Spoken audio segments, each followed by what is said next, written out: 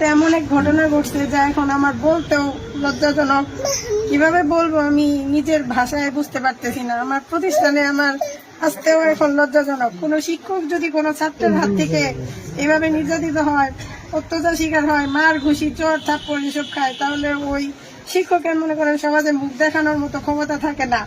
সুপ্রিয় দর্শকবিন্দু, এই যে দেখেন বর্তমান সমাজটা কোথায় গিয়ে দাঁড়িয়েছে। দর্শকবিন্দু, এই যে এই মেয়েটির সম্পূর্ণ কথা যদি শুনতে পারেন তাহলে বুঝতে পারবেন। দর্শকবিন্দু, তাহলে চলুন আমরা এই মেয়েটির কথা সম্পূর্ণ শুনে আসি। আর এমন নিত্য নতুন ভিডিও পেতে অবশ্যই আমার চ্যানেলটি সাবস্ক্রাইব করে দিবেন। এমন এক ঘটনা ঘটছে যা এখন আমার বলতেও লজ্জাজনক। কিভাবে বলবো আমি নিজের ভাষায় বুঝতে পারতেছি না। আমার প্রতিষ্ঠানে আমার আসতেও এখন লজ্জাজনক। কোনো শিক্ষক যদি কোনো ছাত্রের হাত থেকে এভাবে নির্যাতিত হয়, অত্যাচার শিকার হয়, মার ঘুষি চর থাপ্পড় এসব খায়, তাহলে ওই শিক্ষকের মনে করেন সমাজে মুখ দেখানোর মতো ক্ষমতা থাকে না। আজকে আমি তারই একজন শিকার। আগামীকালকে একটা এমন ঘটনা ঘটছিল, গতকালকে সেই ছেলেটা আমার কাছে পড়তো, আরো 3 জন আমার সাথে একসাথে পড়তো।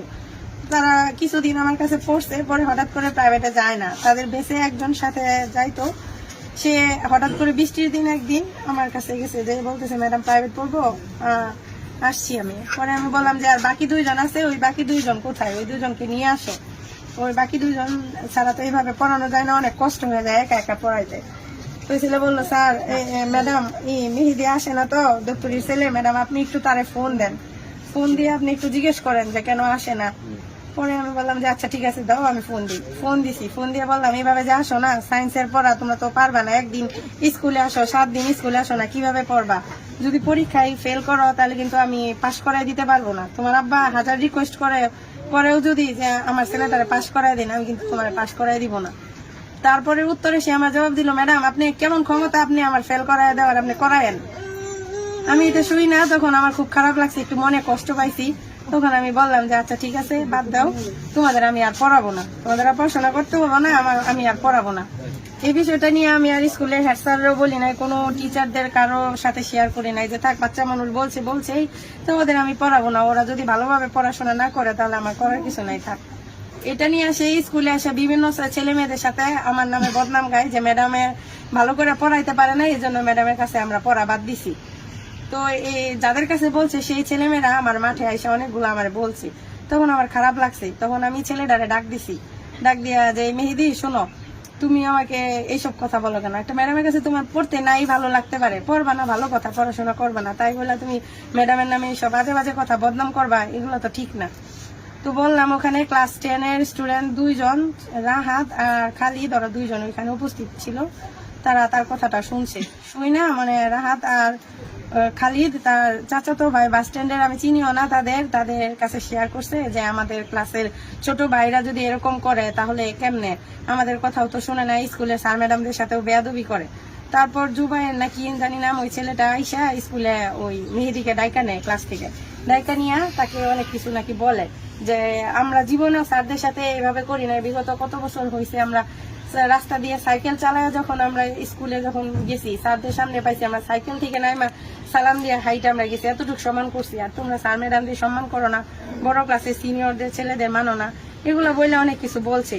তখন হঠাৎ আমি বারান্দায় আসছিলাম দাঁড়ায়া, তখন বাংলা ম্যাডাম আর রোকেয়া ম্যাডাম, সমাজ ম্যাডাম, আমাদের 2টা ম্যাডাম আছে, উনি আমাকে বলতেছে হঠাৎ যায় যে ম্যাডাম বাস স্ট্যান্ডের ছেলে মেয়েদের সাথে বিচার দেয়া এটা তো ঠিক হয় না, এটা আপনার কাজটা, আর আপনি নাকি সব স্কুলের স্টুডেন্টদের বলছেন যে আমার কাছে প্রাইভেট পড়লে তোদের আমি নাম্বার দিব, আমার কাছে প্রাইভেট না পড়লে আমি তোমার নাম্বার দিব না। তখন আমি ম্যাডামদের বললাম, ম্যাডাম শুনেন, স্কুলের বিষয় এগুলো, আমি যদি কোনো অন্যায় প্রতিবাদ হয়, কোনো একটা সমস্যা হয়, আমি হেড স্যাররে বলবো, আগে আমি অ্যাসিস্ট্যান্ট স্যারকে, হেড স্যারকে বলবো, আমি প্রধান শিক্ষক আছে তাকে বলবো, আমি জানাবো, আমি কেন বাস স্ট্যান্ডের ছেলে মেয়েদের আমি বলতে যাব?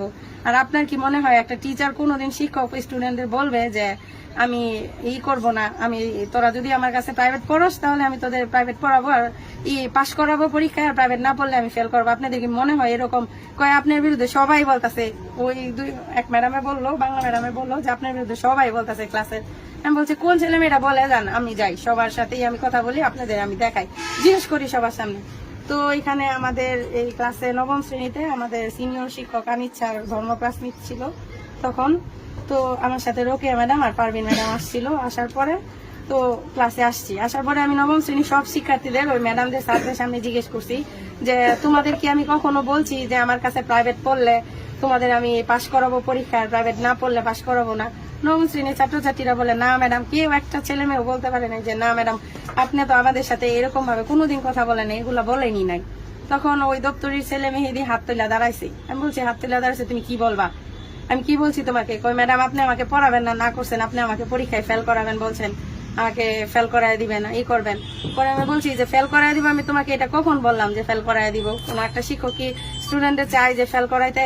আমি তোমাকে এইভাবে বলছি যে পরীক্ষায় যদি ফেল করো, ক্লাসে আসো না, স্কুলে আসো না, ভালো করে পড়াশোনা করো না, যদি ফেল করো তোমার আব্বা হাজার রিকোয়েস্ট করলেও আমি তোমাকে পাস করাবো না। উত্তরে তুমি আমার কি কথাটা বলছিলা যে ম্যাডাম আপনি কেমন ক্ষমতা, আপনি আমারে ফেল করাইলে করায়েন? তাহলে এইসব কথা বলো। আমার সে চোখ রাগায় ধরে মানে এমন ভাবে অবস্থা, তুই এর মতো উচ্চারণ করে আমার সাথে চোখ রাগান্বিত করে আমার এমন একটা বাজে গালি দেওয়া শুরু করছে। তখন এটা দেখা আমি মনে করেন কাছে যাই, আমিও তার গালে একটা চর দিছি। চর দেওয়ার পরেই সে কি করলো, উল্টা আমার গায়ে চর, আর স্যারদের সামনে এতগুলো স্টুডেন্টদের সামনে মনে করেন আমার হাতে 4-5টা ঘুষি। আমার হাতে এখনো দেখেন এইভাবে ফুইলা আছে, হাত নিয়ে আমি বোঝা হইতে পারতেছি না। এই মনে করেন আমি আজকে এই ঘটনাটা যদি আজকে অন্য একটা টিচারের কাছে ঘটতো, টিচারের সাথে এই এলাকার অন্য একটা ম্যাডামের সাথে ঘটতো, তাহলে কি অবস্থাটা হইতো? এই দপ্তরের কি বাড়িঘর আজকে ঠিক থাকতো? কেউ এভাবে ঠিক থাকতে বসে থাকতে পারতেন না। আর আমি এক অন্য দেশ থেকে আসছি দেখে আমার কাছে কেউ নাই একটা পাশে দাঁড়ানোর মতো। খুবই লজ্জাজনক এই বিষয়টা, আমি বলার মতো আমার ভাষা নাই।